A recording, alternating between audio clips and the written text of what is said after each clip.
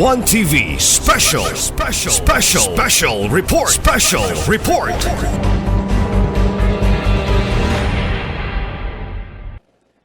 Furthermore, we strengthen our collaboration with our partners in the educational sector. For this year, we have allocated 55 million of our special education fund to implement and intensify our education-focused programs in the province in collaboration with our Department of Education and Culture. We are starting nga atong tagaan ang atong DepEd Provincial Office with an 18 million multipurpose building para ilang magamit kay nagsilos ni sila kay ang City of Oroquita Division akong natagaan bisan adtong congressman pa. And then we have our Asinso Pabasa program where we intend to intensify the reading programs through establishment of library hubs per district, provision of books, and training of teachers to improve reading levels.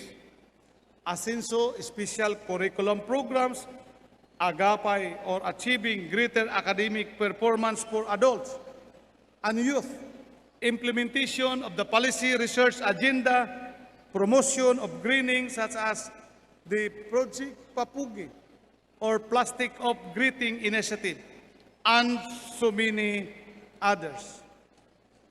In terms also of the school building projects, ang 20 million nga atong gibutang sa division sa Oroquita City, gidungagan og 25 milyones karon tuiga ni Congressman Jason Almonte. Pakpaka nato si Congressman Jason. This will surely provide a spacious and conducive working environment for the personnel of the City Division Office. For current year 2023 to 2024, we will conduct inventory in the shortage of classroom in the 4 divisions, namely the MISOCC Division, the Oroquita City Division, OZAMIZ City Division, and the Tangub City Division. In coordinations with Congressman Ando and Congressman Jason, and with our city and municipal mayors, we plan to address the shortage of classroom next year in support to Vice President and DepEd Secretary Sara Duterte's school building program.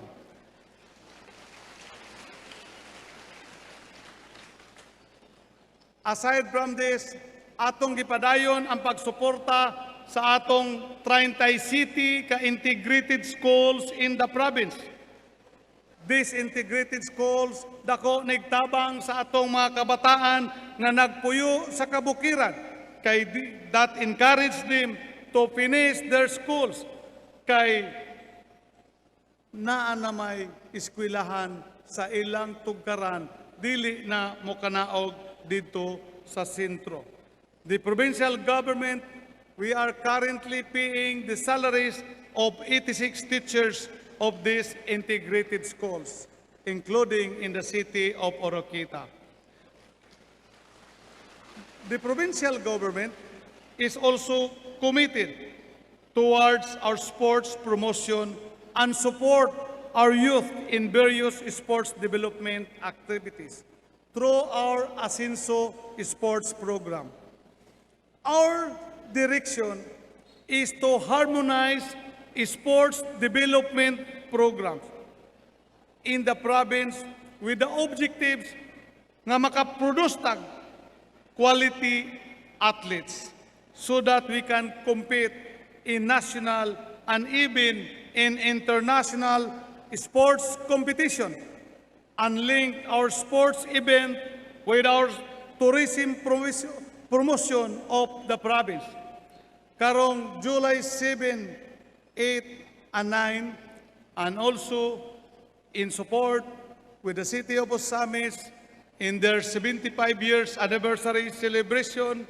We are sponsoring the Ascenso Chess Tournament in coordination with the Ascenso MISAMIS Occidental Chess Federation under Mr. Ray Orbistondo, its president, with no less than Grandmaster Eugene Turi gracing the occasion.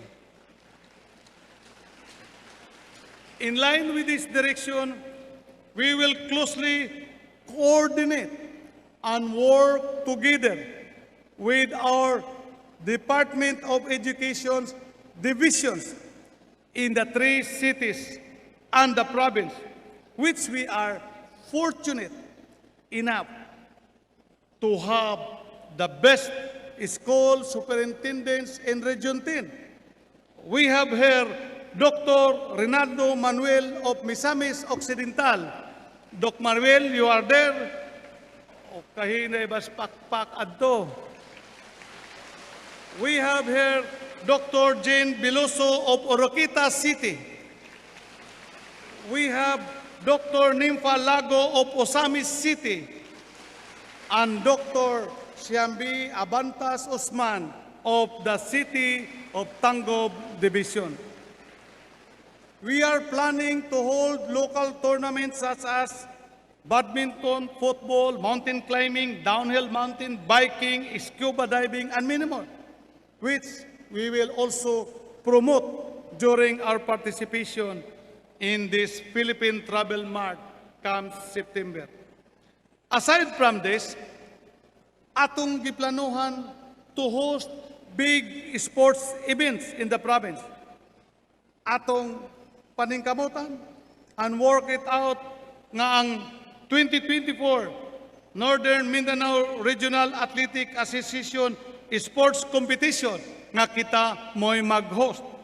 Ang 2025 Batang Pinoy, and also we had already submitted our letter of intent, our manifestation to host the 2026 Palarong Pambansa.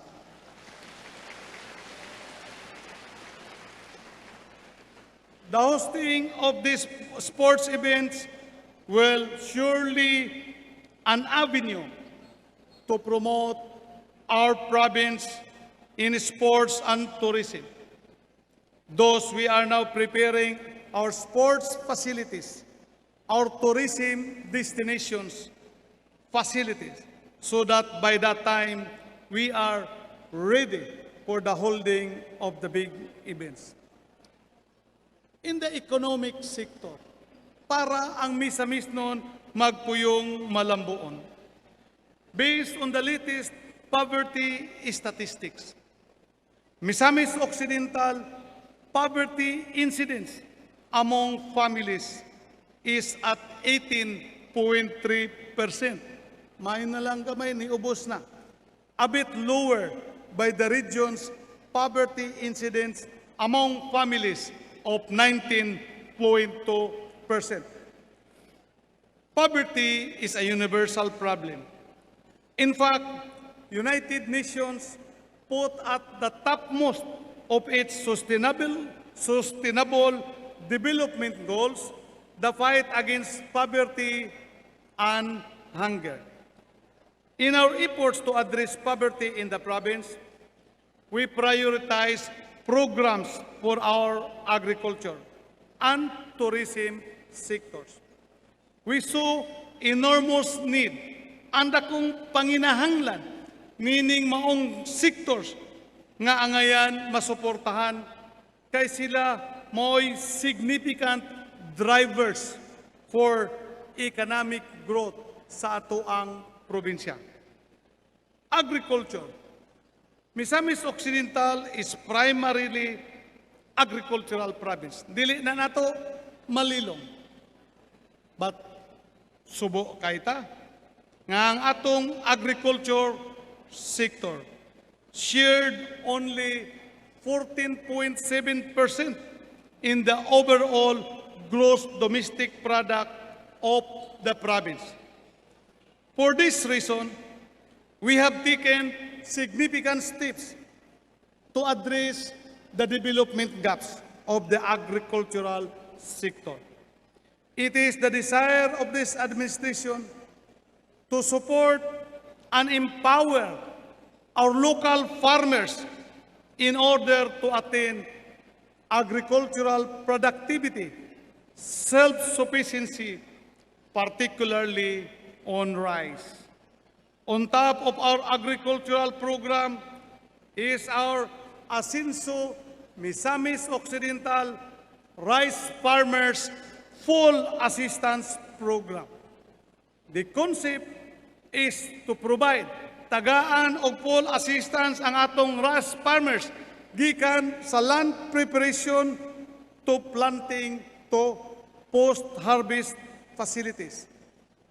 Ang land preparation, tabangan sa atong mga municipal and city local government units, sila mo'y nag-angkon. Free seeds, pre-use of fertilizers, tractors, as well as the other needed post-harvest facilities. As I said, the land preparations are being handled by our local chief executives, while the provincial government, in partnership with the Department of Agriculture, taking charge of the seeds, fertilizers. So, unsa naman lang ang gikinahanglan sa atong mga mag-uuma ng tanang inputs libre naman. So, ang ila kakugi na lang sa pag-atiman sa ilang kahumayan. So, wala nagyoy rason nganong dili pa kita makaani og daghan og humay. Nga wa natay rason nga dili pa mutaas ang maong income sa atong mag-uuma kay tanan libre naman.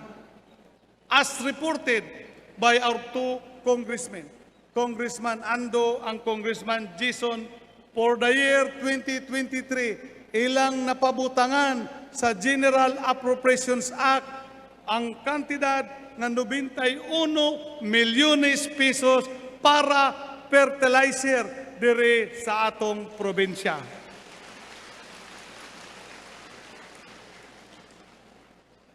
In line with our commitment to inclusive growth, we remain dedicated to empowering small-scale farmers, fishers folk, and marginalized communities.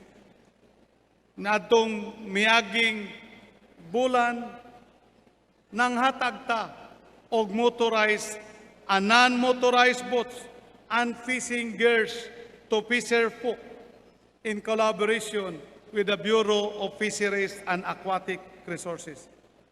Ang atong programa, dili lang ang pagsuporta sa mga mananagat.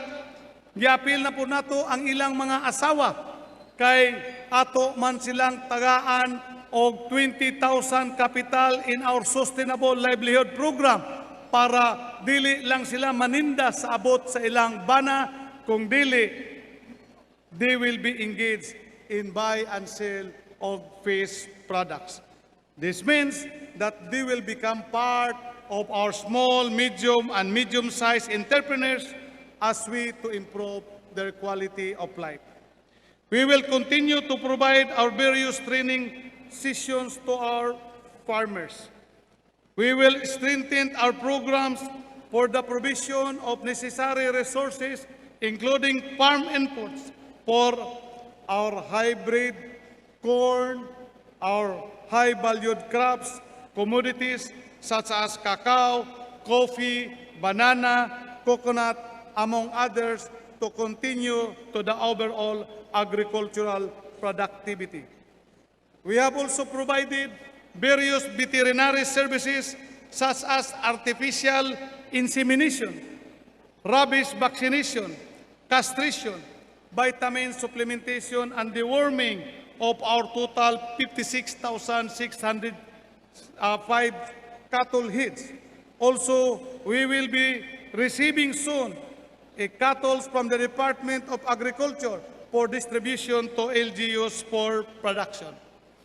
All of this agricultural support atong pasalamatan ang atong Acting Secretary sa Department of Agriculture, ang atong Presidente Bongbong Marcos sa suporta sa atong agricultural program, uban sa iyang Chief Implementor sa atong region, ang atong Regional Director sa Department of Agriculture, Director Carlin Collado over there, our local chief executives, ang atong city and municipal mayors nga mo'y nag-oversee sa atong different municipal and city agricultural officers and technical staff, including our officers and employees of our provincial agricultural office. Tourism. Our vision for economic growth in the province can hardly be attained if we only depend on our agricultural sector. For this, we need to invigorate our tourism industry, to work in tandem with our agricultural sector because of its great potentials towards economic growth and development. The goal is to make Misamis Occidental a leading tourist destination in Mindanao. We are now vigorously developing and promoting our tourism sites and inculcate to our barangay people the development of community-based tourism as our vehicle for revenue and job generation. As we all know, most of our local government units, with the exception of highly urbanized cities like Manila, Cebu, Davao, and Cagayan de Oro, we are NTE dependent. Nagsaligta sa share sa national tax allotment gikan sa national government.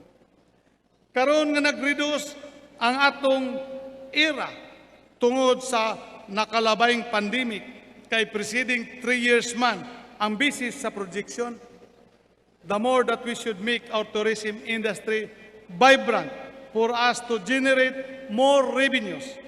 More revenues leads to more services, more programs, more performance. Para ang resulta, we can have more benefits that will redound to our economic development. Ang atong major tourism flagship project, we have our Asenso Misamis Occidental Resort and Aquamarine Park at Libertad, Bajo, Sinakaban, which we conducted the groundbreaking and capsule laying ceremony last November 30, 2022 with the ICT Secretary Ivan Oy as our guest of honor. The construction of this 5-star Maldives-inspired resort is now ongoing.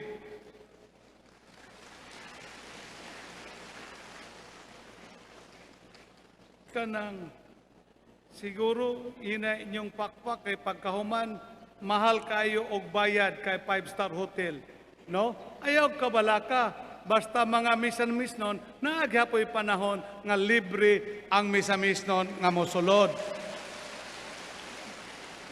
Kamo og di po dato ispilingon, di po mo mamakpak og kusog. The project initially funded from our own provincial government Misamis Occidental Fund for 160 million from its total cost of 600 million pesos. Again, different financial institutions likewise offered for a loan.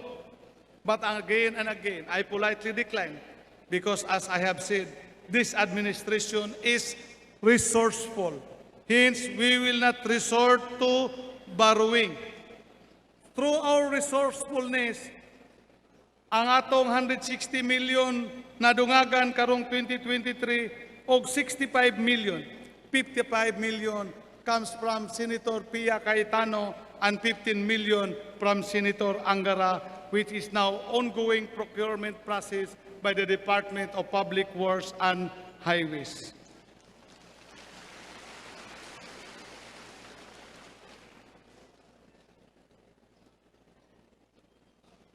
Ay kabalaka, hapit na, no? turismo. Ha? Gamay na lang nabilin. Through this funding support, we expect to complete the facilities of the 49 hectares Asinso Misamis Occidental Resort and Aquari Marine Park, which will include a welcome center, a clubhouse, an inland villas fronting the sea, a garden poolside, mangrove villas, boardwalk, restaurant, spa villa, coastal villas, golf course, theme parks, and convention center. Our another tourism flagship project is our Asinso Global Gardens at Hoyohoy, Tangub City. The place now continues to draw tourists since its soft opening last February 14, 2023. As we are still completing its construction, the data shows an average of 5,000 tourists per month have visited the place since its opening. We are now opening our EGG. We are inviting investors who want to invest in restaurant, businesses, coffee shop, pasalubong centers, and other business enterprises.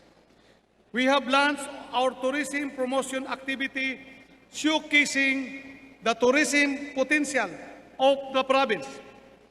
It was instrumental in the tremendous increase of tourist influx. Ang atong tourist last year until this April recorded 439,859 local tourists and 360 foreign tourists as of April 2023, compared to only 172,242 local tourists and 32 foreign tourists recorded in the previous year, maybe because also of the pandemic. Just recently, we facilitated a very successful dive exploration spearheaded by our DO10 Regional Director, Marie-Elaine Onchuan. Atong pakpakan ang atong Director sa tourism. That was on May 15 to 18 in the potential diving sites sa municipalities of Balyangao, sa Pangdalaga, Plaridel, Lopisaina, Jimenez, Panaon, and Aluran. The diving tourism industry of the province showcasing its high potential as diving destination in the region. With our desire to further improve tourist destinations in the province, we inspected and conducted inventory sa atong mga potential emerging and existing tourism sites to identify venues of support and collaboration between the provincial government, the city and municipal local governments, the national government, and the private sectors towards tourism development. In line with this direction, let us look some of our major tourism sites in the province. Pagkanaog sa tourists sa airports in the city of OZAMIZ, where they can visit our famous Kota Shrine, the new and rejuvenating Asinso Wellness Park, which was just inaugurated yesterday, June 30, 2023.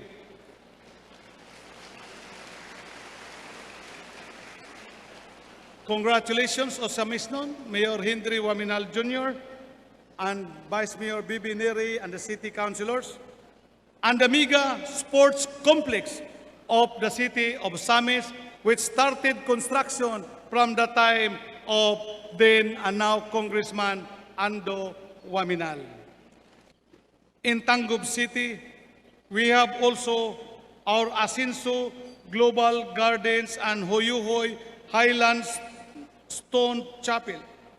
With the impending completion of the Panghitabo Bridge, we are expecting more tourists to come to the province, particularly in Tangub City. In Don Victoriano, we have a beautiful and refreshing Piduan Falls, and it is called a curtain falls because the falls looks like curtains. The strawberry farms and the Lake Duminagat nga matod pa ni Congressman Ando, by the end of the year, moabot na ang karsada sa maong lake. Tourists can also experience the scenery of the Subanin village in the municipality of Todila, which the municipal government is planning to put up a swimming pool in the area. Naglibog ko, pag-review nako sa history sa Subanin culture, wala man sila swimming pool sa unang panahon. Pero matod pa ni Mayor Samuel Parohinog of Todila, this Subanin village is unique because it adapts modern culture with a swimming pool within the village. Due to its great potential for our tourism development, the provincial governor approved the request of 20 million pesos from the municipality of Todila to construct their enhancement sa ilahang Subanin village, including the swimming pool. From there, you can enjoy and swim the cold pool once completed in Ikahuman. From there, you can proceed to San Lorenzo, Sinakaban, where you can also enjoy the Masungi River, no, San Lorenzo Mountain Resort, no, under a strawberry farm.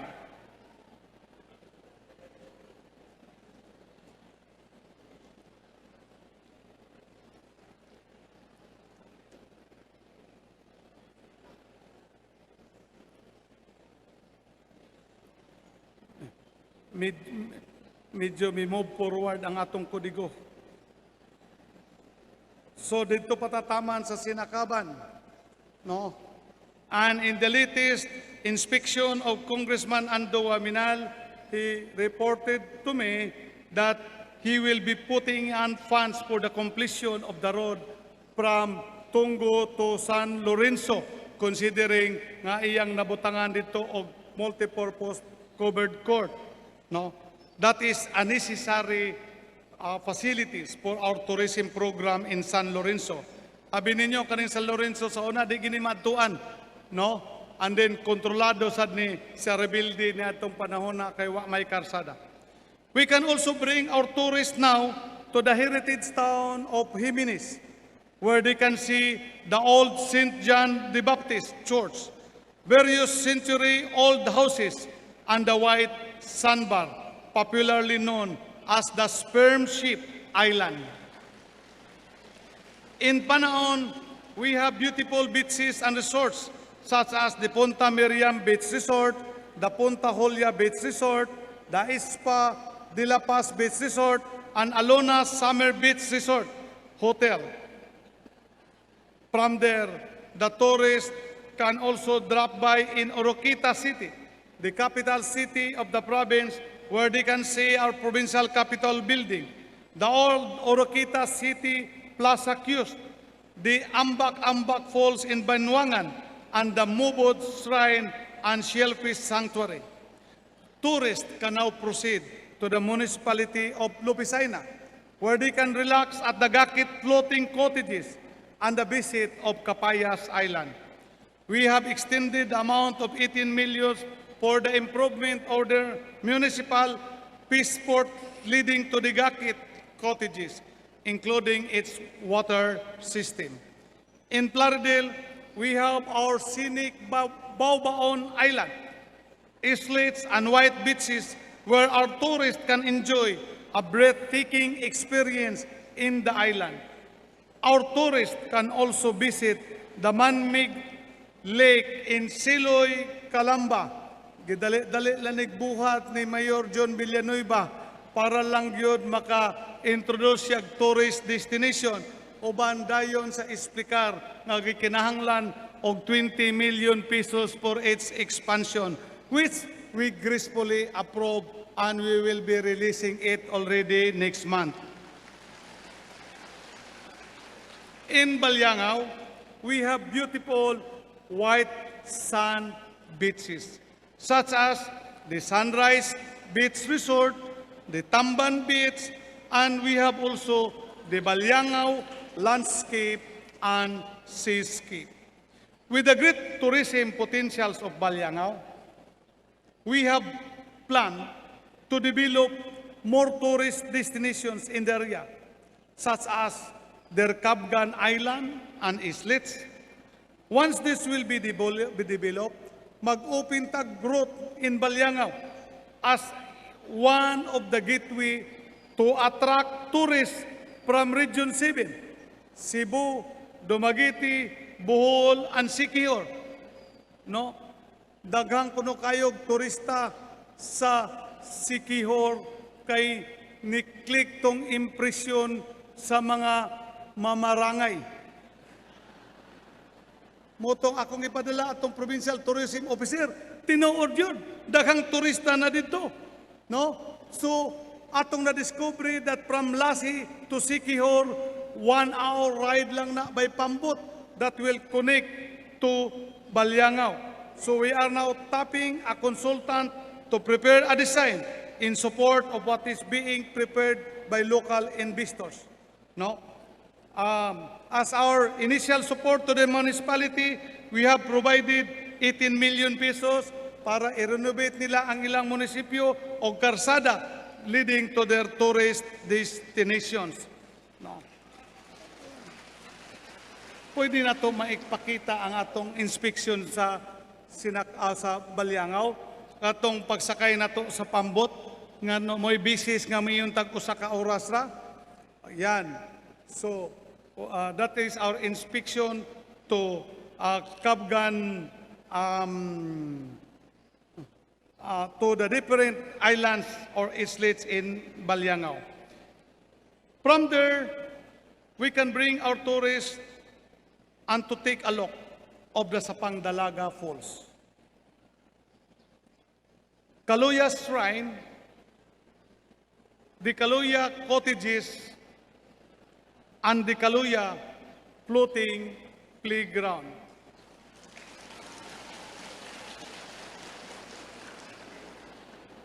In support for the municipality's tourism programs, during the inauguration, we provided 17 million pesos in order to support their tourism activities. From the sea, our tourists can also experience the exhilarating mountain view of Concepcion, taking a dive at the Giban pools of the said municipality. In the municipality of Bonifacio, during my stint as congressman, we constructed the Megpangi Port and Boulevard Development. Kanang maong boulevard mo sumpay na sangko paingon dito sa Panggilby Bridge sa Tanggob. More or less 400 million ang atong nagbuhos diha. O kulang pa siguro kay wa man ta na tingala ta kung unsay gibalos sa kanhi local leadership in that municipality. In the Megpangi Port, we plan to make the port as our entry point in our proposed Asinso Bay Cruise, with trip passing through Panggilby Bridge, going to the Sinunok Port in Sinacaban, and then proceeding to the Kaluya Port in Sapang Dalaga.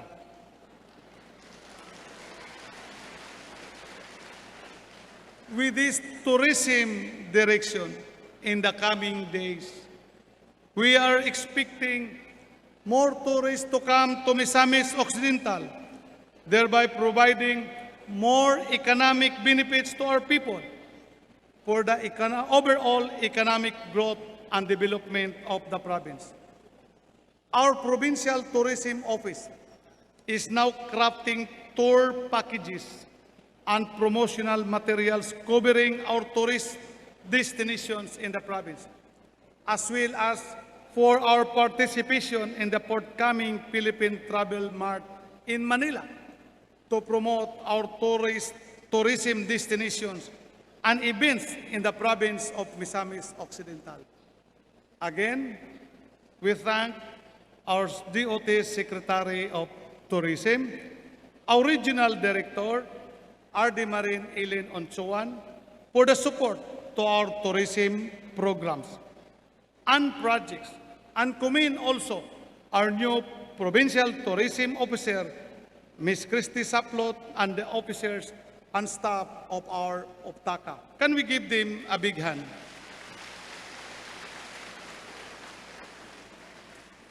As Misamis nun, we can be a major player in our tourism promotion efforts by helping us promote our tourism destinations, culture, and heritage throughout the world, especially in various social media platforms, and by investing in our various tourism investment opportunities in our major tourism projects. After tourism, we have to look into also the situation of our labor force. In our desire to provide employment opportunities, the provincial government of Misamis Occidental, through our PESO, in collaboration with the Department of Labor and Employment under Provincial Director Ma'am Iba Acosta on its various programs, the TUPAD, which aim to provide emergency employment and livelihood assistance to individuals or communities who are unemployed, underemployed, or displaced due to various circumstances, such as natural disasters, economic downturns, or other emergencies, now on its way for implementation, with our target beneficiaries of 21,898, with a total budget of 133,030,350 pesos. Bida, wagin mo mamakpa, kaya ninyo, wag pa makadawat. Moreover, we will schedule the release on that. Moreover, the special program of employment of students, the SPIS, we have provided employment opportunities to hundreds of beneficiaries in 2022 and for 2023. Thank you, our Regional Director of the DOLE and our Provincial Director, Ma'am Iba Acosta, and the whole DOLE staff for your wholehearted support to the Misamis nun. Can we give a big hand to DOLE, Ma'am Iba Acosta of our Provincial Office? Our various infrastructure projects implemented in the province by the national, through the DPWH, the DepEd. This we thank for the money brought in through the efforts of our two congressmen, the provincial, city, municipal, local government units. For 2023, mo abot og 8 billion pesos ang infrastructure projects nga nagugol diri sa probinsya, and out of this 8 billion pesos, 30% may add to sa labor force, so no less than 2.4 billion pesos. This provided a huge contribution to the GDP of the province in the servicing sector. Nakahatag ni og employment sa atong mga katawhan. In terms of trade and industry, the provincial government has strengthened its partnership with the DTI, Misamis Occidental Provincial Office headed by Provincial Director Los Galda for the implementation of programs that support development and promotion of our micro, small, and medium enterprises. To ensure strong collaboration with LGUs on program implementation, monitoring, and evaluation, we had a consultative meeting with the local chief executives, which was conducted last April 8, 2023, and as a result, we have established a strong partnership, DTI, local government units, the provincial government units, on the different programs of the DTI. Some of the successful beneficiaries of this project increased their sales and created jobs in the locality, including the House of Suman and Bamboo Hub in Clarin, Jimenez Cacao Growers Association, the Jimenez that produces the chocolates and tablia, the Oro Coco in Oroquita City that produces the high-value cocoa products, the Buena Vista Kamating Agrarian Reform Cooperative in Tudela nga nag-produce of different abaca accessories in Kalambo-AN, Bajo, Settlement, Balon, agrarian cooperatives also in Tudela that produces their famous banana chips in the province, and also in Kinangay Sur in the municipality of Clarin. The assistance given by DTI in partnership with the local government units resulted to the increase in the sale of our MS by at least 20% from the previous year. The token that we will be giving to you today are samples of the products that we need to support. Produkto na gawang misamis nun. Pero, Ma'am Galda, tinahanglan pa jud nato dungagan ang atong efforts para mulambo pa og ang pag-promote sa mga produktong gawang misamis nun. Kay ngano man, kining atong karon nga giandam nga tukin nagkabuang pamanta og pangita sa supply sa atong ipanghatag. As part of our effort to promote the province as investors friendly, we are happy to report that last June 1, 2023, Japanese investor Toyota Motor President Mr. Atsuhiro Okamoto and Senior Vice President Masando Hashimoto paid a visit to us in line with the desire of Toyota Motors to invest in the province of Misamis Occidental, particularly in Clarin. They were accompanied by Northern Mindanao Toyota dealer Ms. Betty Lo and Peter Lim Lusoy, who are here today and who also magnanimously sponsored our grand prize of the 1-unit Toyota Avanza. They came here because they believe that Misamis Occidental is now one of the best places to invest in the Philippines. Of course, ang kanang mga motor, no, nga mooy, how do we call it? Consolation prize. That is courtesy of our local businessmen in the province of Misamis Occidental. We give them also a big hand. Infrastructure sector. Another priority sector that we are investing is on infrastructure. Mo man ay inyong gusto, di ba? No? O kaning taga Sikan District, pusong kaini, kailang mga karsadas kabaryuhan, sementado na halos tanan. No? Ang first district, they are as excited. As part of our campaign promise and as a clamor of the people of the first district, we envision to do the same, not only in the second district, but also in the first district of our province.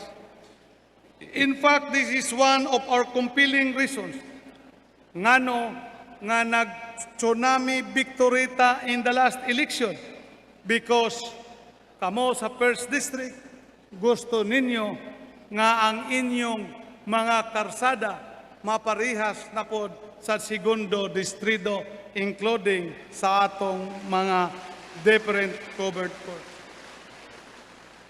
So when I assume office as your governor, in the first 6 months, we expedited the implementation of various road projects, particularly in the First District. These projects includes kani ang pundo ani bisag na as First District gikan ni sa Second District, because when I was still congressman gibutangan nato no sa akong last year as congressman. Of course, that was in consultation with my mayors also, no? So na-delayed ang implementation kay gibabagan man sa inyong kanhi congressman mo hinungdan nga inyong gipadaog si Congressman Jason Olmente para mapadayon ang panagtanabangay. What are these projects? We have the concreting of Carmen Barangay Road, that is 30 million in the municipality of Jimenez. Road widening of Panaon Boulevard, 30 billion pesos also in Panaon. Concreting of Barangay Mohon Road, Palayan Circumferential Road, Maola Road, and construction of Tubod Nabuna Bridge in the municipality of Aluran. The improvement and concreting of Barangay Villaflor in the city of Arequita, leading to the Victoria Crocodile Farm. In Lupisaina, the concreting of Barangay Macalibre Bajo to Dampalan Road. And in Sapang Dalaga, the concreting of Barangay Dalumpinas Road, Sapang Dalaga, and concreting of Sitio Sandayon, Barangay Libertad, Sapang Dalaga. And in the municipality of Concepcion, the concreting of the circumferential road, Barangay Poblacion, nga nag-surround sa ilang future government centers in the municipality of Concepcion. We have also given 22 million for the improvement of barangay roads in Barangay Pugan and Birayan, Concepcion. Kining taga Barangay Pugan sa lungsod sa Concepcion, bisan sa wala mi magkita, wa ko kadto nila dito adtong miaging kampanya, but tungod sa ilang desire nga makongkrito ang maong karsada, ilang gisiro ang atong kontra. Mo'y hinungdan nga ato dayon gitagaan og 22 milyones pesos para sa pag-improve, leading unya sa pagpasiminto. In Plaridel, improvement of Barangay Northern Poblacion to Barangay Catarman Road, that's 8 million pesos. In the municipality of Tudela, atong gitagaan ang inyong Sitio Sikmad Road, katuning para paingon sa inyong landfill, 10.5 million pesos. In Barangay Botway and Dicolok, 6 million pesos. Mamanga Sibulian Provincial Road in Plaridel, 30 million pesos. And the concreting of Sinakaban San Isidro Provincial Road, 10 million pesos. Sa dihang ako pa'y congressman sa Second District, ang 214 ka mga barangays sa Second District aduna na'y gwapong covered court. Tama, taga Second District o mali? O Second District, tama or bida? Okay. Abi na ko og inyo kong pakaulawan sa akong pinusong. We had agreed with Congressman Ando. Kay gusto man ninyo nga inyo pag yung ipagwapo, pakapinan og stage, pakapinan og covered court. Congressman Ando will continue and provide the demands of your covered court. As governor, I want to do the same in the First District, because the First District is deficient of the modern multipurpose covered court. So that immediately in the first 6 months, thanks with our Sangguniang Panlalawigan, who also have that care and that desire for your covered courts, we immediately funded the construction of 22 multipurpose buildings covered court in the various barangays of District 1, which are as follows. Barangay Bolibol, Victoria, Clarence Settlement in the city of Oroquita. Kita ninyo, ongoing ang construction in Jimenez, Barangay Adorable o Barangay Matugas Baho, in the municipality of Panaon, Kamanukan o Barangay San Roque, in the municipality of Alaran, Pilong and Santa Ana, Barangay in Lupisaina, Katipa and Sibula, Barangay in Plaridel, Osokan and Panalsalan Integrated School, in Calamba, Bunawan and San Isidro Barangays, and in Balyangaw, Barangay del Pilar, Mabini and Punta Miray, and sa Pangdalaga, Barangay Dasa and Sinaad, og sa Concepcion, Barangay Marugang og Barangay Birayan. Aside from this, the provincial government also provided in support to the noble project in the city of OZAMIZ, 80 million for the OZAMIZ Wellness Park and 20 million pesos for the completion of GATTC building. That is in 2022, and in 2023, we are allocating 40 million to complete that buildings in the right side, because this GATTC institution owned and operated by the city of Tangub is pivotal learning institution for our One Family, One Professional program because of its free tuition. Thanks to the people of Tangub, to the city officials, Mayor Bin Kanama for the support of that program. In addition, when I was congressman, I put it 22 million pesos for multipurpose covered court in the 11 barangays of Plaridel, namely Southern Looc, Looc Proper, Lao Proper, Ilisan, Osokan, Sibulin, Bolontad, Puntod,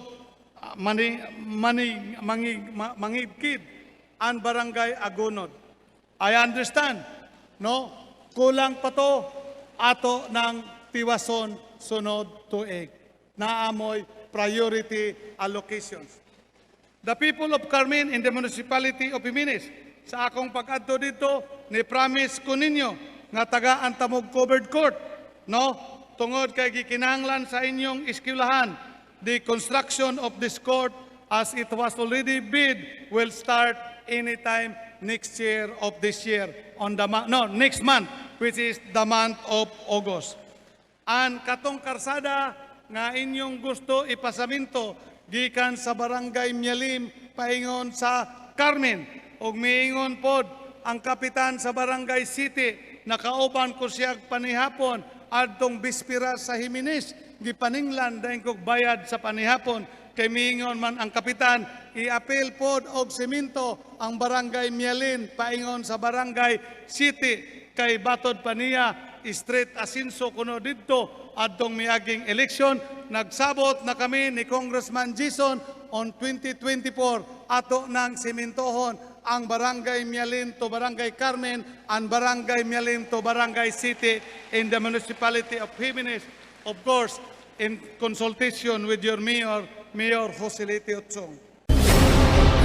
One TV special report.